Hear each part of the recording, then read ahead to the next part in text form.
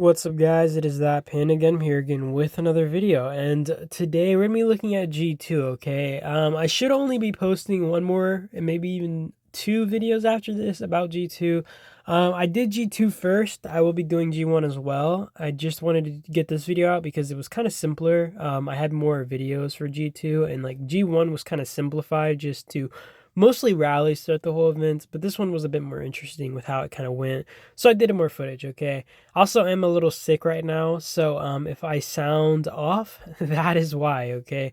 But yeah, let's hop right into it. I'll kind of just convey what happened and what I kind of witnessed, okay? So coming into G2, it was interesting because I think that HNB was kind of fighting up a hill, just given the kind of circumstances they were going to have to fight throughout this event. And so HNB was basically with Azure. So it's Gold and Azure versus Crimson and Jade. And in any case, or actually wait, is yeah, Jade. Okay, I thought I wasn't sure if Boon was Jade, but yeah, Boon and them are Jade. Either way, the issue is like I think I mentioned this in my my island review, but I felt like HMB was at a big disadvantage just because Azure wasn't really in a position that they could really put up many numbers, and I feel like the most they could do would be like kind of sandbags for HMB, and it sounds really rude when I say it, and it kind of is, right? But I'm not trying to be some disrespectful prick, but I'm being cruel. Like they just don't have like max gear players or anything that can hold off and take really good trades. And I saw it in the tower rallies. And not only that, they were just struggling to keep some of these towers full, which made the trades worse. And honestly, at some point, I think when you start seeing those trades, it's better to kind of just back up and maybe just leave Boon to do their thing. Like that's kind of my personal opinion. I feel like coming in here and fighting them might not be the best, like unless you're just willing to take a lot of losses. I think even Crimson was taking bad trades versus HMB, obviously. Like in my opinion, I think that there was no doubt that they were gonna kind of take bad trades, be it on tower fights or whatever. But even in that case, they definitely have more capable players, I would say, and they probably have much more higher geared armament players.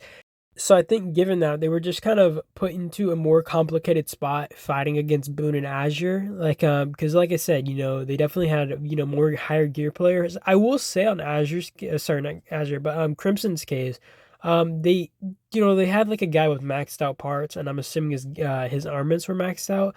I did not see this guy on any towers. I mean, maybe he did it near the end, and maybe he was just asleep when the main fights were happening.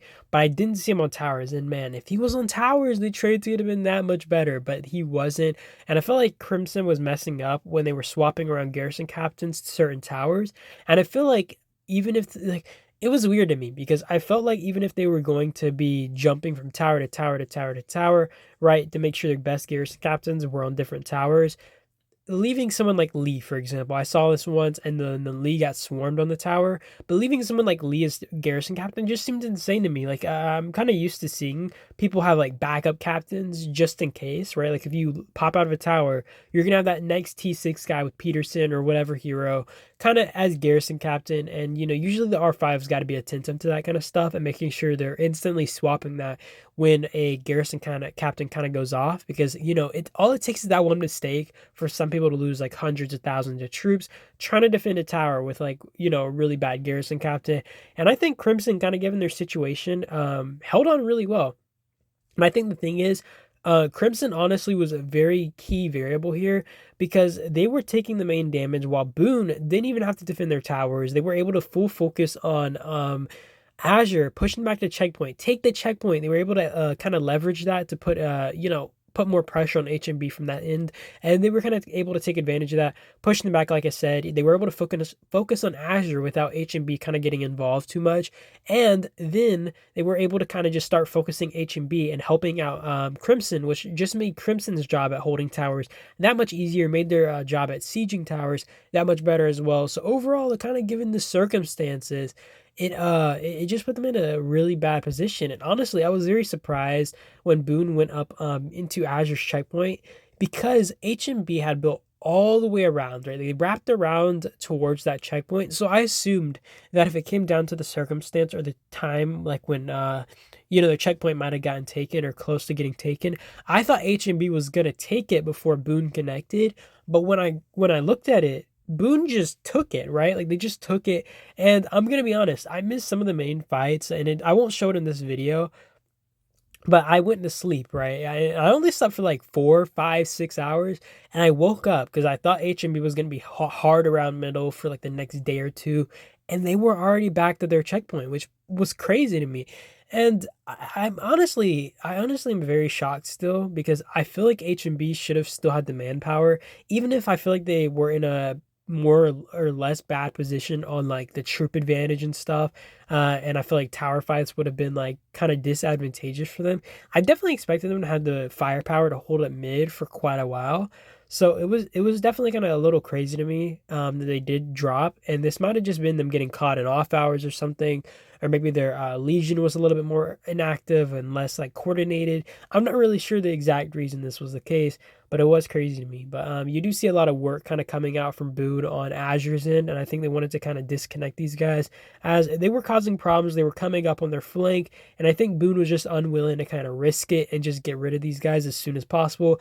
And like I said, thanks to Crimson being really, I don't know if HNB was trying to like get the best of trades out of them, or they were just trying to get rid of Crimson before they had to focus on BOON.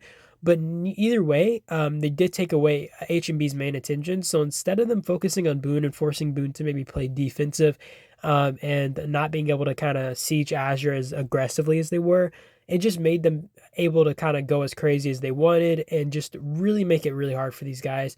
So overall, I found the situation to be kind of crazy to me, and I honestly feel like this could have been played better. But at the same time, who am I to talk? You know what I mean? I think it's always I feel like it's always easier to look at the events after the fact and be like, oh, this could have been done better. Well, maybe that's true, but everybody was kind of doing the best with what they were given. So I mean, big GG. Like I was definitely surprised by the results of everything, or at least like how they turned out, kind of as fast they did. Um, I don't know. There's not like a lot for me to kind of say here right now. I think the video should be coming to an end. Like I said, I will have another video up where they're kind of doing more checkpoint fights, and they were fighting over a checkpoint for quite a long time. They did push HMB back a good bit. And like I said, this was probably maybe attributed to lack of activity or something. I can't really be sure. If anybody from HMB is watching this, tell me why, if you do know, like why you guys broke so fast. And I'm not trying to be a prick, okay? I'm not trying to be offensive. I actually am surprised because I thought HMB was gonna be able to hold out at least until ruins opened, and I thought it was gonna be some big insane field fight. But seeing them push back to their checkpoint, like on the first day, was insane to me, right? Like this is a really big group. This is a really strong group. And I thought they would at least be able to hold out in their towers, even if they weren't able to siege, you know what I mean? And I felt like the trades would have been in their favor, if anything. Besides maybe like double, triple rallies and stuff, that would be like the kind of only exception. And being able to run counter rallies kind of puts people into a rough situation anyways, because either BOON takes those counter rallies forever, right? Like they just eat the counter rally and take really bad trades, or they keep canceling the rallies, keep running new rallies and towers and stuff like that. I will say one thing I've been thinking about is like if losing your checkpoint is honestly better, and then you defending on the other side and kind of forcing them to siege that. I'll talk about that in another video probably though. This is about it to the end of the video, and yeah, I do appreciate you guys for watching as always. I hope you guys did enjoy, and yeah, did you guys like the G1 G2 fight? Were they interesting for you guys?